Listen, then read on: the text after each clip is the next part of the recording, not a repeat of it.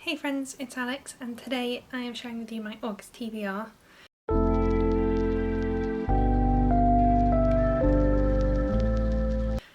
This is actually the second time I filmed this video because the first time I managed to film the entire thing out of focus. And I'm frustrated with myself. But anyway, here we are. I'm going to go over them again so that the video is better, hopefully. So first up is my current read, and that is Listen Layla by Yasmin Abdel-Magied. This is the second book. The first book is You Must Be Layla, which I just finished the other day. And these books just kind of follow Layla's life and what she gets up to. In the first book, she starts at a new school and it's just kind of the struggles she goes through with that. And in this book, I think her family goes back home to Sudan.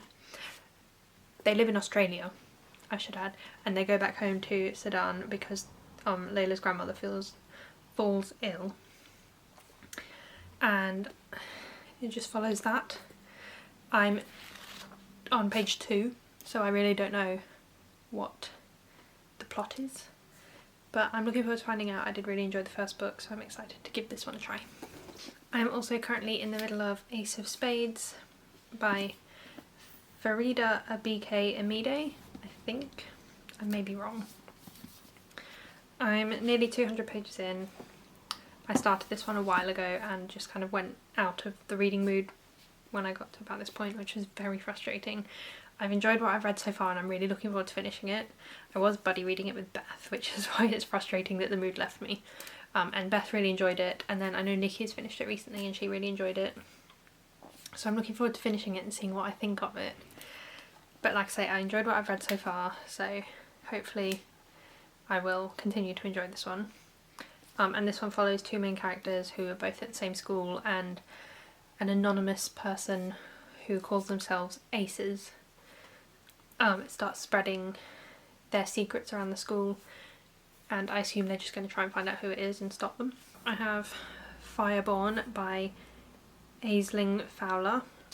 I'm on the blog tour for this one with the right reads, so I need to read it and review it for then. My stop is towards the end of the month, so I've got a bit of time, which is good. So this one comes out, this is the proof copy obviously. It was sent to me by HarperCollins and through the right reads, so thank you to them. And this one comes out on the 30th of September. Okay, all it says on the press release that came with it is 12 has spoken the pledge and given up her name. When the lodge's walls are breached and a little girl is taken, 12 begins a quest that will change her name and her entire world. So that's all I really know about it. It's a middle grade fantasy and I'm intrigued to see what I think. Middle grade fantasies can be a bit hit or miss for me. I do enjoy them, but I think just middle grade in general tends to be a bit hit or miss for me, and I don't usually like it as much as YA or adult. So I'll see what I think of this one. I'm looking forward to it, but I don't necessarily think it will be a 5-star, but I'm hoping to enjoy it. And another book that I really want to read this month is The House in the Cerulean Sea by TJ Klune.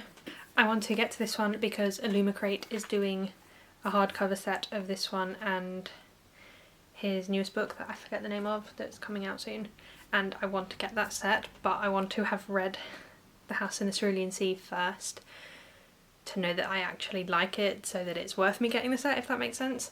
But the set is so beautiful, I cannot get over how stunning it is, so I really want to own it. So yeah, this one I would definitely want to get to this month. I think it goes on sale around the 29th or something, so hopefully I can get to it before then. So all I really know about this one is that it's apparently very wholesome and heartwarming and just adorable, and it has a male-male romance, I believe. Oh yeah, Victoria Schwab described it as being wrapped up in a big gay blanket, so yeah. And it follows Linus, who works for the department in charge of magical youth, and one day he's sent to an orphanage that has magical youths in it to check it out. So I'm really looking forward to diving into this one, and the Illumicrate editions are so freaking beautiful, so I hope I love it just so I can buy those editions. Next up, I have 3 books that I need to read for a read along that Nikki and I are hosting, and it is the first 3 books in the Scarecrow series by Matthew Riley. So we're hosting a read along of the Scarecrow series, obviously. We've set aside 2 weeks for each book, so Ice Station, I need to have finished it by the 6th, no, 8th, the 8th I think, the first Sunday in August, and then Area 7 over the next 2 weeks, and Scarecrow I think bleeds a little bit into September, but I thought I'd chuck it on this TBR anyway. These are rereads for me and for Nikki. We both really love Matthew Riley and we wanted to reread this series. These books follow Shane Schofield, call sign Scarecrow, and he is the lieutenant of a crack team of US Marines, and they're ridiculous and action-packed and full of death, and they're amazing and I highly recommend them. So the last 2 books on my TBR are books 2 and 3 in a trilogy. I started this last year, I read the first book last year, and I wanted to carry on but I just hadn't got around to it until now, and I am actually listening to the audiobooks now.